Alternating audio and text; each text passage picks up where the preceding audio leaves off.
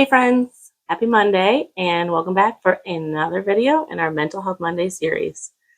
Today we are going to be talking about anger. I feel like the timing of this one was good too because my patience has been tested all day and I started to notice some of the signs of the anger just beginning to kind of like bubble up within me, and we'll talk about some of those.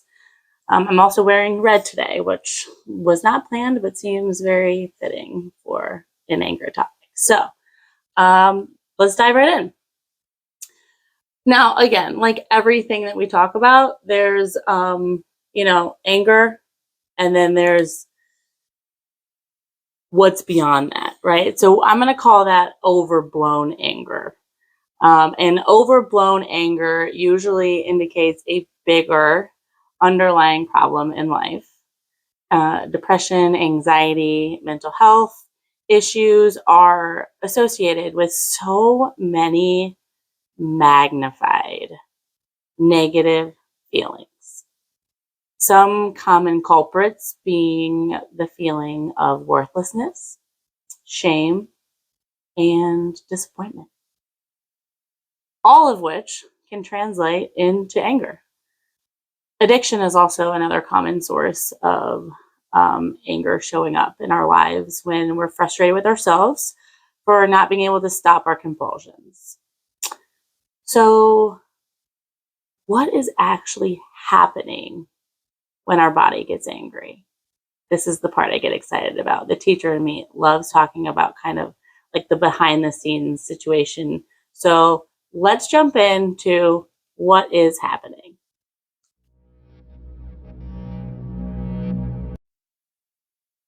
Okay, so there are two sets of structures in the brain that govern us.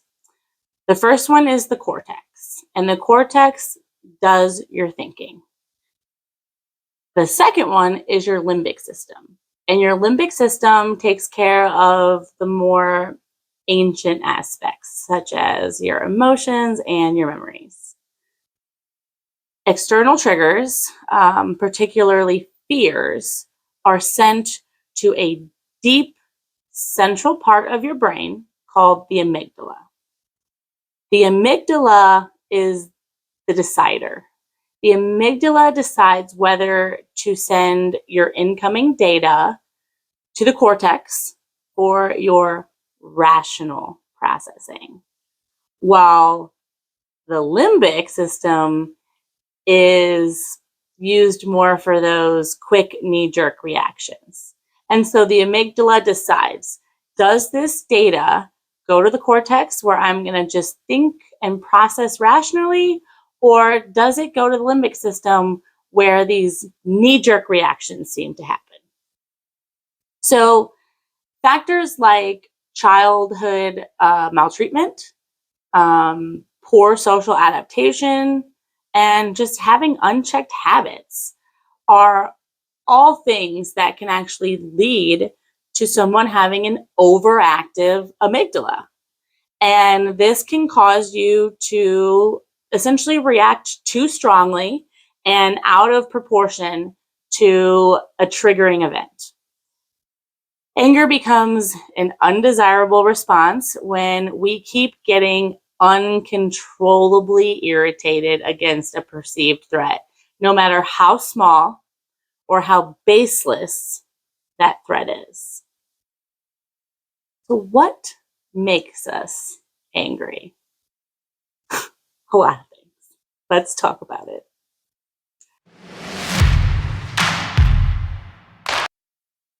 Anger makes everything worse and seem almost more important than it actually really is. It makes us feel, keyword, feel, like the things that offend us are true. Even though we cannot absolutely say necessarily they are, whether or not, but we feel the urge to exert our will and feel justified, essentially, to let our ego overcome others' rights. Having said that, Anger is nevertheless a very normal response experienced by everyone on the face of the planet, especially in cases of unfairness. So this is not an abnormal feeling. Some events in life make us feel deliberately harmed, even when on a deeper level we know that that is not true. Such events can cause unforgiving feelings that manifest themselves in the form of anger. And these type of events are frustration, exploitation, feeling the need to like set things straight after being taken advantage of, hurt, a feeling of being hurt, and the need to have revenge, lack of attention, feeling small as a result of being ignored or dismissed, envy and jealousy, which I feel like exists more in the world today than it ever did. Feeling obsessed when someone else has something that we want or desire. Lack of conformity, feeling irritated when other people do not obey the rules or act in a way that we feel that they should. And sympathy, even just something like feeling troubled when you see someone else suffer in a way that they like literally shouldn't even be allowed to suffer in that way. You can just feel so much sympathy that it can cause anger. So we all get angry, right? But not everybody handles anger the same way.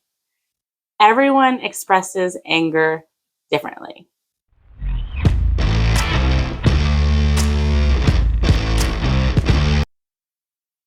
Even though anger is completely normal, it becomes a problem when we feel it too frequently, too overwhelmingly, or when we express it in ways that can hurt other people and ourselves at the same time.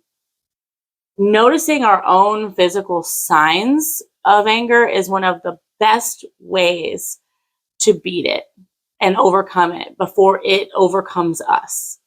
Because physical signs tend to show up when we are even trying to like suppress our anger and our feelings. They still exist, those physical signs, and they are highly useful for those who are used to restraining themselves, but nevertheless suffer from like that deep seated and those unresolved ranges, because like some people aren't the type that are going to show their anger on the outside, but they might be fuming and raging on the inside. Either way, still not healthy for you or your body, right? So some of these signs would be clenched fists, fast and shallow breathing, your stomach being in knots, shaking or trembling, sweating, hotness, a pounding heart, and my favorite, because it is a tell-all, the red face. When you see someone's face getting really red, you know that they are either highly embarrassed or they are pissed. And if it's the latter of the two, bye. All right, so apart from like those classical displays, right, of anger, obviously like verbal abuse and physical abuse, many people have learned to express their anger in more subtle forms due to social conditioning.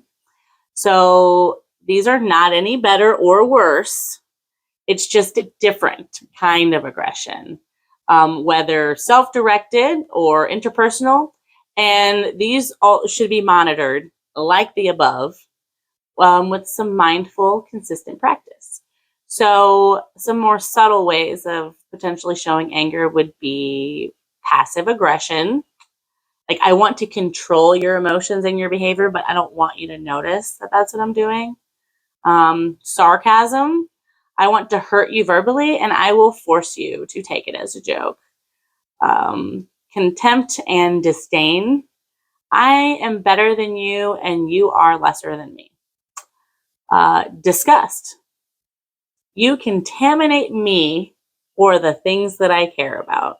It's like literally the mindset there. Coldness, you've heard of the cold shoulder. So I refuse to acknowledge you, and I take pleasure in your misfortune. And hostility. I am ready to fight you if I have to. I am running the other direction if I sense the hostility, for sure. So we've identified the things, right? But how do we cope? From here, how do we cope? Let's talk about it.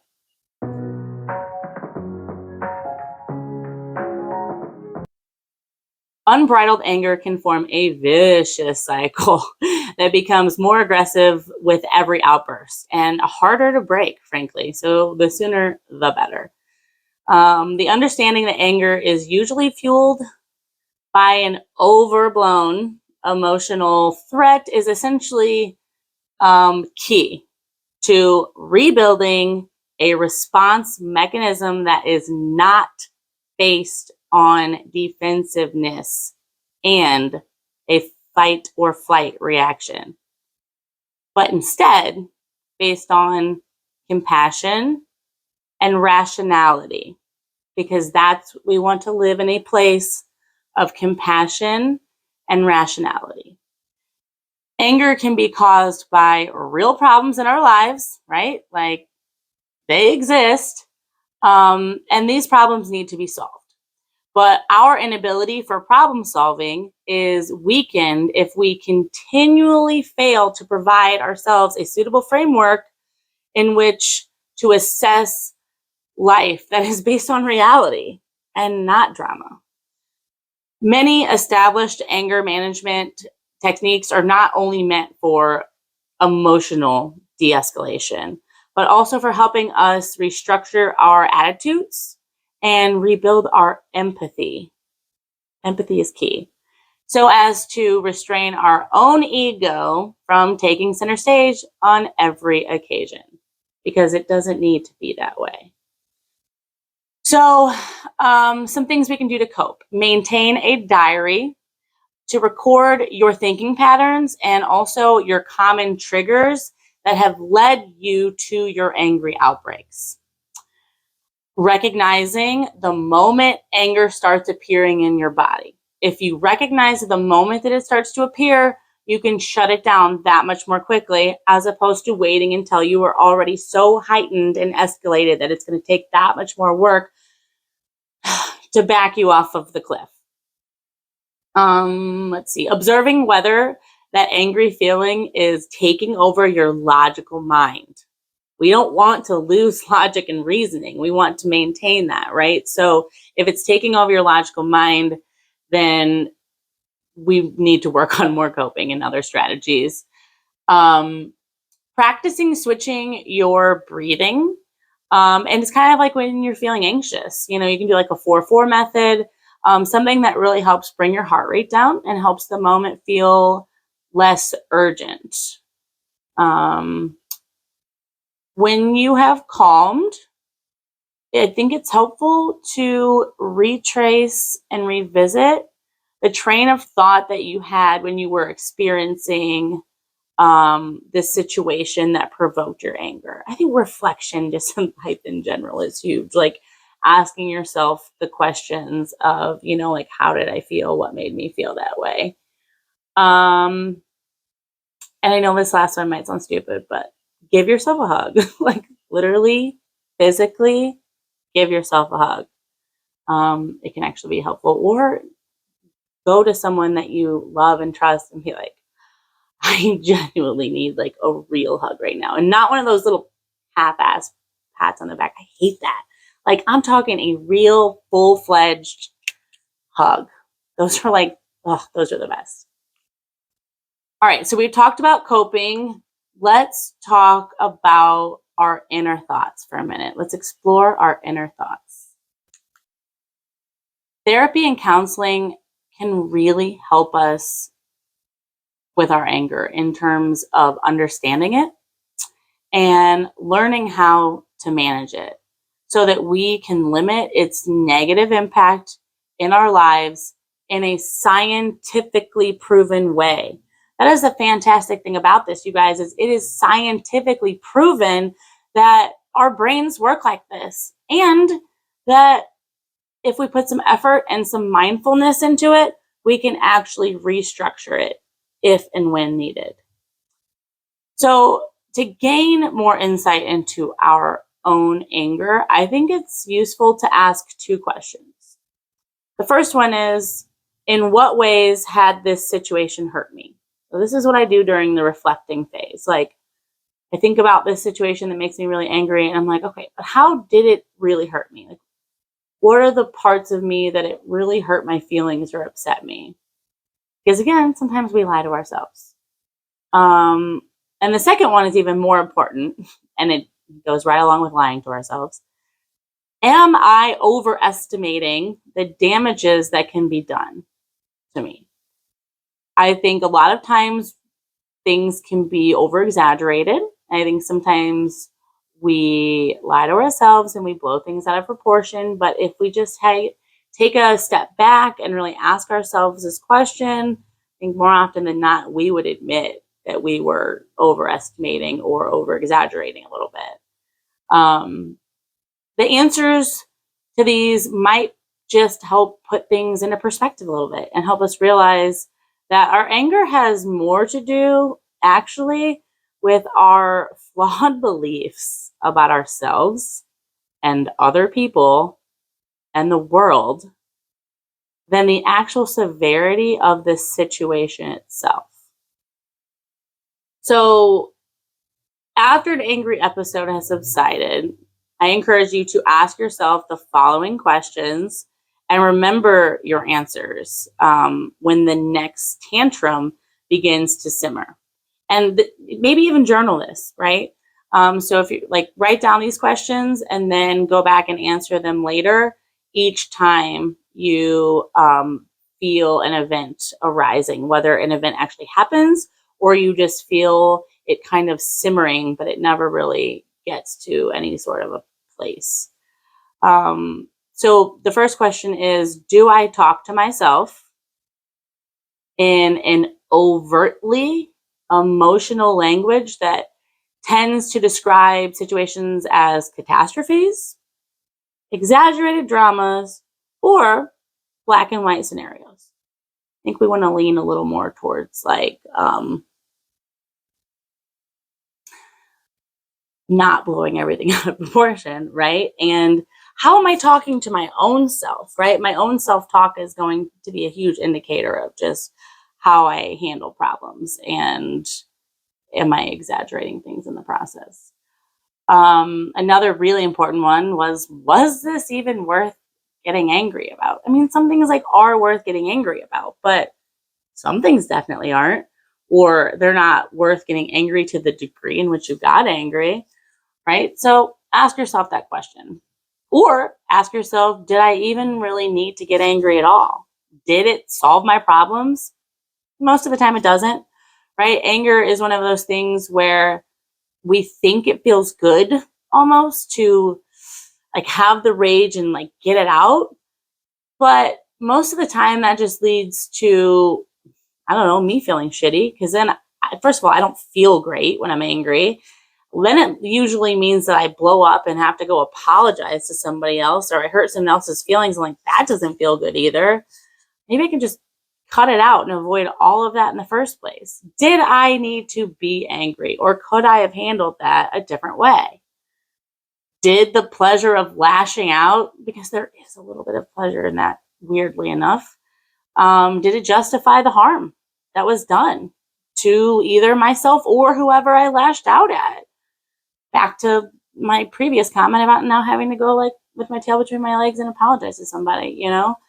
How about I just like don't do that in the first place? And how did the effects of my anger impact other people or myself, right? Like, I'm one of those people where I always am trying anyway to think about my actions and how they affect other people. And so that's really an important one when you're talking about anger. I think, we often either use anger as a tool to avoid feeling hurt or hurt ourselves by directing the rage inward. And neither pattern is necessarily our fault, but both can lead to bigger mental health problems and certainly social issues. Learning how to control anger does not mean denying ourselves like the freedom of expression, but that it happens just to be a vital step towards gaining more inner peace and overall contentment in life.